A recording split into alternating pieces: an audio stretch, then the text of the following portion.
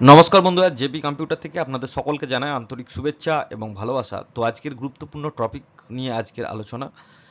Recruitment একটি huge পরিমাণে কিন্তু রিক্রুটমেন্ট হবে খাদ্য দপ্তরে, অর্থাৎ ফুড ডিপার্টমেন্টে। প্রতিটা ডিস্ট্রিক্টে ডেটা এন্ট্রি অপারেটর নিয়োগ করা হবে। টোটাল 26টি ভ্যাকেন্ট আছে।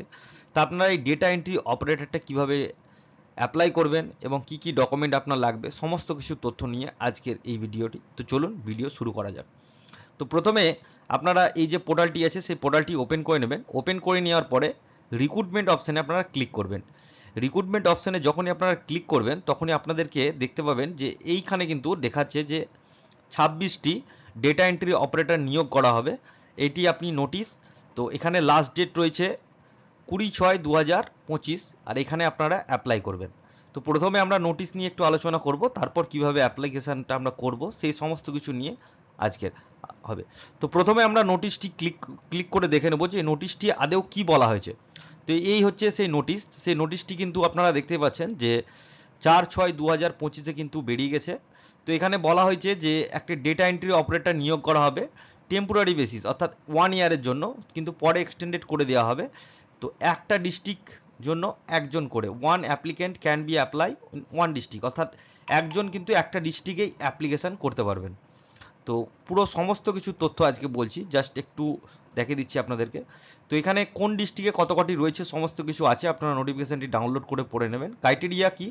ক্রাইটেরিয়া আপনাকে ইন্ডিয়ান সিটিজেন হতে হবে, মিনিমাম কোয়ালিফিকেশান লাগবে আপনাকে, মাস্ট বি ব্যাচেলার ডিগ্রি, অর্থাৎ মাস্টার ব্যাচেলার পিজি করে থাকলে আপনি কিন্তু এখানে অ্যাপ্লিকেশান করতে পারবেন।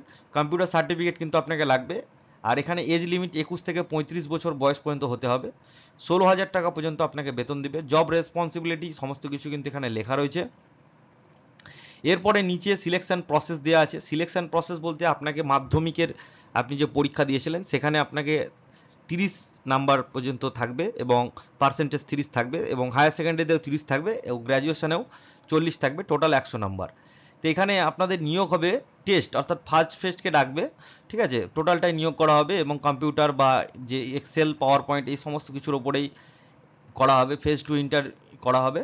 তো এখানে টোটাল টাইপ টেস্টের ফেজ 1-এ 40 নাম্বার মার্কস আছে, এমএক্স এক্সেলে আপনাকে 50 নাম্বার দিবে, ইন্টারভিউয়ে 10, টোটাল 100 নম্বরের কিন্তু করা হবে।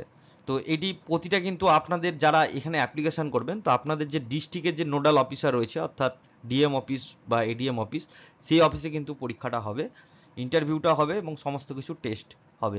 কোন ডিস্ট্রিক্টে কত কটা ভ্যাকেন্ট রয়েছে সমস্ত কিছু আছে। তো চলুন আমরা চলে যাই যে এটা আমরা কিভাবে অ্যাপ্লিকেশান করব। অ্যাপ্লিকেশান করার জন্য আপনাকে প্রথমে এই অ্যাপ্লাই লিঙ্কে ক্লিক করতে হবে।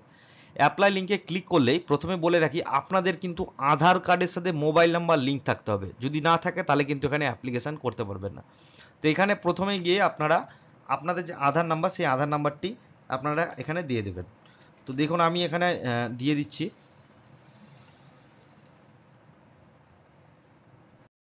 গেট ওটিপিতে ক্লিক করবেন।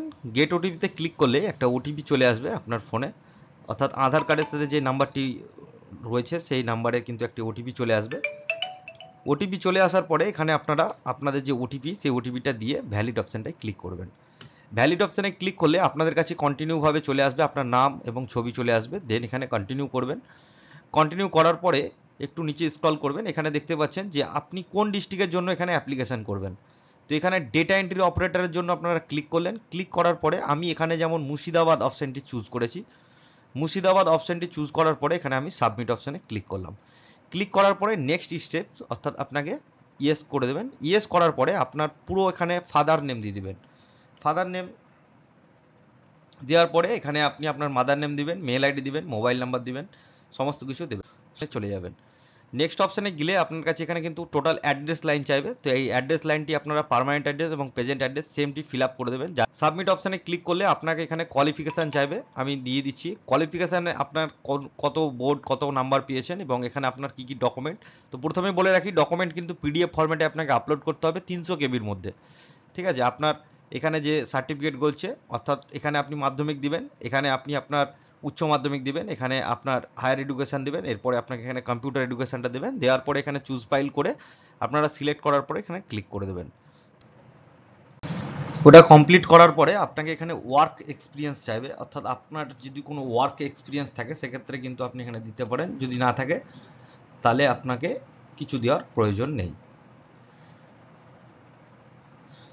ঠিক আছে, এখানে দেখতে পাবেন I don't have a work experience, এই জায়গাটায় ক্লিক করে দেবেন, করার পরে সাবমিট অপশানে ক্লিক করে দেবেন। তো আমার যেহেতু আছে সে, তারপরে আপনাকে এখানে দুটো জিনিস আপলোড করতে হবে, একটা হচ্ছে আপনার পাসপোর্ট সাইজ ফটো আর একটা হচ্ছে সিগনেচার।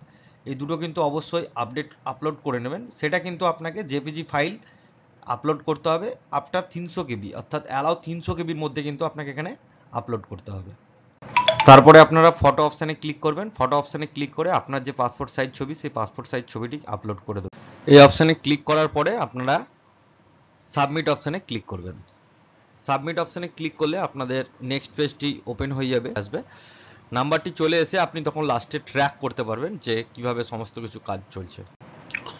তো এরপরে আপনাদের এইরকমভাবে দেখাবে, যেখানে যখন সাবমিশন কমপ্লিট হয়ে আছে আন্ডার ভেরিফিকেশানে যাবে, যাওয়ার পরে সমস্ত কিছু কমপ্লিট প্রসেস হবে, তারপর আপনি কল লেটার পাবেন। তো এইভাবে কিন্তু আপনারা আপনাদের যে ডেটা এন্ট্রি অপারেটরের যে খাদ্য দপ্তরে নিয়োগ হচ্ছে সেই ডেটা এন্ট্রি অপারেটরের জন্য ফর্ম ফিল আপ করতে পারবেন। যদি ভিডিওটি আপনার কোনো কাজে লেগে থাকে অবশ্যই ভিডিওটি লাইক কমেন্ট শেয়ার করে দেবেন, আমার চ্যানেলটি অবশ্যই ফলো করে রাখবেন। ভালো থাকবেন, সুস্থ থাকবেন, জেপি কম্পিউটারের সঙ্গে থাকবেন।